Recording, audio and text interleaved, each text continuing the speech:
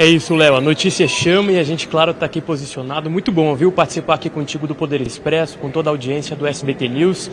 Olha, Léo, a gente parou aqui a entrada ao vivo justamente para trazer essa notícia de que o governo espera a primeira fase da reabertura do aeroporto de Porto Alegre já agora, né, com algumas retomadas de voos nessa data que a gente trouxe agora há pouco na fala do ministro Paulo Pimenta. Antes estava sendo aguardada a reabertura para dezembro, porém tivemos então uma antecipação de uma parte do aeroporto para o dia 21 de outubro. Portanto, dia 21 de outubro, venda autorizada para 128 voos diários, o que representa 70% da capacidade de operação do aeroporto Salgado Filho, aeroporto de Porto Alegre.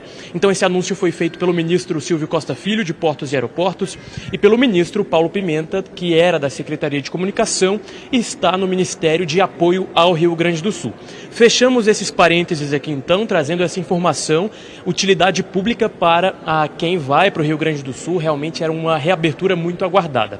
Agora, Léo, a gente volta a falar sobre a reunião ministerial, reunião esta que durou 7 horas, começou às 9h30 da manhã, terminou às 4h30 da tarde, e realmente foram muitos os assuntos tratados nesse encontro do presidente Lula com seus ministros. Os 38 foram convocados, cada um falou por 5 minutos, a gente teve ali uma redução no tempo de fala, a pedido de Lula. Lula, inclusive, disse que em todos os fóruns internacionais fala por bastante tempo, mas que esse tempo é determinado de 5 minutos para que os ministros consigam ser breves e trazer, então, as suas entregas. E aqui o que eu destaco, Léo? Claro, a política internacional teve muito espaço nessa reunião. Veja que no início da reunião algumas pessoas foram escolhidas a dedo para falar. Quem foram elas? O ministro da Secretaria de Comunicação, Laércio Portela, que mostra a preocupação do governo Lula com a opinião pública, né, como a Secretaria de Comunicação está vendo o que as pessoas pensam. Também falou o chefe do IBGE, Márcio Postman, que é alguém que tem ali os dados nas mãos, alguém muito importante na visão do presidente Lula para passar esses dados para os ministérios. E também tivemos a fala do ministro das Relações Exteriores, o chanceler Mauro Vieira. Veja, Léo, que esses três, então, foram ali selecionados a dedo para fazerem a abertura dessa reunião ministerial, tendo mais tempo de fala, porque são temas sensíveis para o presidente Lula. A opinião pública e, claro, as relações exteriores.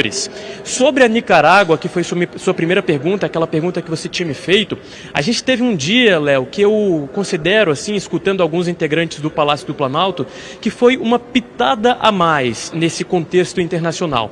Uma pitada salgada, eu diria, uma pitada que o governo não precisaria, porque o governo já estava com o conflito da Venezuela no radar, já tinha um problema para resolver, porque o governo brasileiro se colocou nessa posição de mediação da situação da Venezuela, mas agora então teve mais esse problema. Afinal, Léo, você ter um embaixador expulso nunca é uma boa notícia.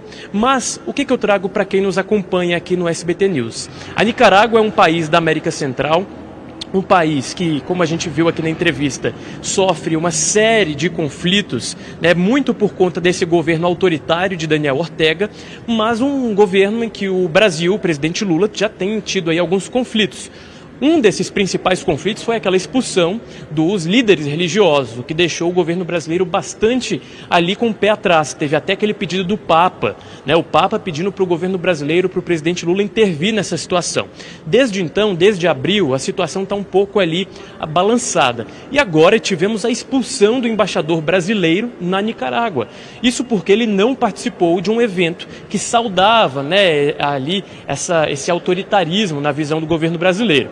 E agora há pouco o ministro Rui Costa disse, olha, nenhum embaixador é obrigado a participar de nenhum evento. Então, trazendo um pouco desse clima, né, que já não estava nada bom entre os governos do Brasil e da Nicarágua. Agora temos apenas a cereja do bolo. Já que a Nicarágua expulsou o embaixador brasileiro, o que o Brasil faz? Expulsa a embaixadora da Nicarágua aqui no Brasil. É o que eles dizem que é o princípio da reciprocidade. Se você expulsa o nosso embaixador, a gente também vai expulsar o seu. Mas, como eu disse, essa expulsão não foi bem vista. Um ponto que eu trago aqui é que a embaixadora da Nicarágua aqui no Brasil já tinha ido embora, viu, Léo?